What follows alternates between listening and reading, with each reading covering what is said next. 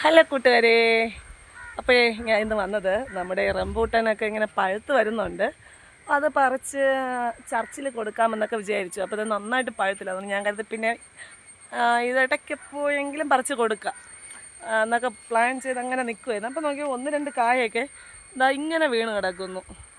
ഞങ്ങൾ ആരെങ്കിലും ഇനി പറിച്ച് ഇട്ട് തറയിലിട്ടതാണോ? പക്ഷെ ഇവിടെ അങ്ങനെ പറിക്കാനായിട്ട് ആരുമില്ല. ഞാൻ തന്നെയാണ് ഏറ്റവും വലിയ കൊതിച്ച്, ഞാനേ പറിക്കത്തുള്ളൂ. പക്ഷെ അങ്ങനെ ഇത് എങ്ങനെ വീണു? ഇത്രയും നന്നായിട്ട് ഞെട്ട് ഇങ്ങനെ വീണമെങ്കിൽ അത് എന്തായിരിക്കും ആലോചിച്ച് ഇങ്ങനെ സെർച്ച് ചെയ്തപ്പോൾ കണ്ടതാണ്. ആണ്ടെ കാണാൻ പറ്റുമോയെന്ന് അറിയത്തില്ല. ആ കൊണ്ടയിൽ ആ ചെടിയിലടുത്തേ ഒരു വില്ലൻ ഇരിപ്പുണ്ട്, കണ്ടോ?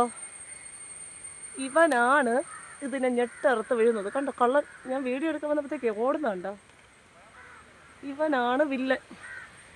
ഈ ജീവിയാണ് ഇതിനെ കടിച്ചിടുന്നത്.